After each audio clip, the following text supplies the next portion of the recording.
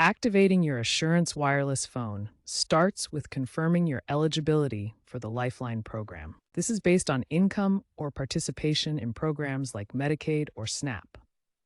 Check your eligibility on the Assurance Wireless website or app by providing details like your household income and proof of program participation. Once approved, you can order a free or low-cost Android smartphone like the TCL A3X or Samsung Galaxy A14 from their website or authorized retailers. Existing customers can upgrade via the app. Make sure you have your eligibility confirmation before proceeding. To activate your Assurance Wireless phone, first insert the SIM card that came with your device. Next, power on the device by pressing and holding the power button. Download the Assurance Wireless app from the App Store or visit assurancewireless.com/activate on a web browser. Enter your account details, the phone's IMEI number found on the box label, and your eligibility confirmation code.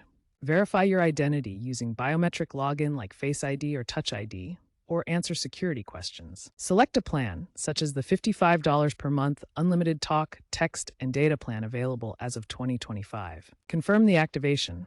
Service typically starts within 1 to 2 hours. Optionally, transfer your existing phone number by providing your current carrier PIN.